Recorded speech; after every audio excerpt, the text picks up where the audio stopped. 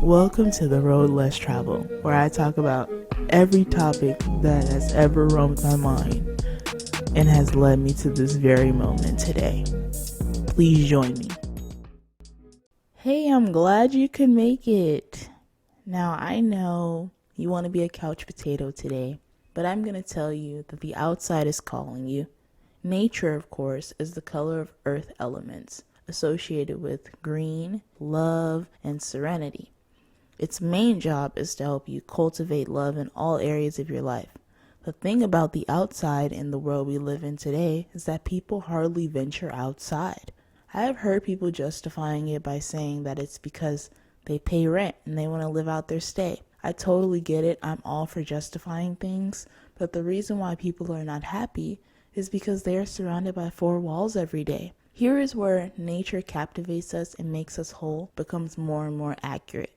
Have you ever seen a house with a bunch of plants inside of it and vines hanging from the ceiling? It looks like a nature's forest in there. The house has the potential to make one feel calm, which is why we try so hard to bring nature inside.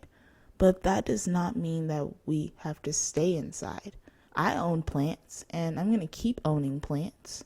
Call me a plant mom if you will, but I still make my way outside. And the reason why is because plants and nature has the same energetic frequency as our human body circuit. We are meant to connect to it and be one with it, but we can't really do that when we're in the house. There are plenty of ways to get out in nature with no agenda. You can go to the park and just feel the air on your skin. Sit in the grass and just listen to the sounds. Touch the grass and touch the tree branches. Give yourself permission to enjoy it. You're not too old, I promise. You can take hikes and walk trails. I say hi to people there and I'm like, it's really friendly because everybody's so friendly at the park. Just find a place near your area that feels most comfortable being a part of a larger collective and actually meet people. Make sure that when you pick your place to be a part of nature, that you are actually in sync with it and that you are present. There's no reason why you should be texting or having a whole video chat on the phone.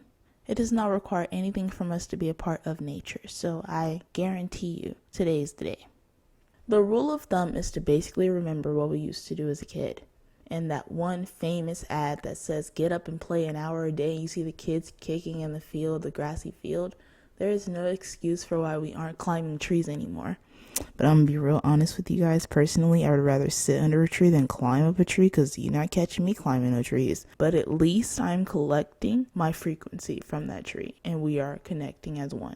I mean, y'all still climb trees? I just want to know. So no matter the difference, it's important for your health that you are accepting nature's gift. I won't go into chakras a lot during this podcast, but I'll bring them up throughout. If you like to do chakra balancing during meditation, nature is one way to activate your heart chakra, which is really good for strengthening your heart muscles and any type of cardiovascular issues that could be occurring. And it just makes you feel way more connected on a deeper level to tranquility. The heart chakra is responsible for how we respond to ourselves, treat others, care for others, and love others. If you've been struggling with negative thought patterns or just negativity in general, I recommend that you schedule some time out during your week to get some sunlight and go where nature calls you to. One time, I had brain fog while outlining one of my episodes, but I needed to get it done because I was determined to get it done that morning. So I drove to my nearest park and then I did a voiceover and it was fine. I had a very long walk. When I was done with the document, I took one more lap to enjoy the experience and then I left. I felt so much more refreshed and accomplished. Sometimes you just have to go the extra mile when things get too stuffy. I would suggest getting at least 2 hours in nature as much as you can. Give yourself about 2 to 3 weeks to see results in your mood and overall well-being. You could even take some time and do some of your projects outside. You can take pictures if anything really speaks to you. You can read. You can sing. I remember one time I was singing so loud, but I don't think people could hear me. You could be so free. Give yourself the space to let nature do what it's meant to do, which is heal you. I spend about 2 hours in the morning during the hotter months and 3 to 4 hours during the spring and fall seasons, but I guarantee you it is worth all the time you give it if it's just 30 minutes once a week. I seriously cannot stress this enough though, but when people I know are spending a lot of their time at home, It is great and all, but when it's excessive, it's time to change, and I'm all about speaking out about it. Humans were not originally made to stay within the walls of their home.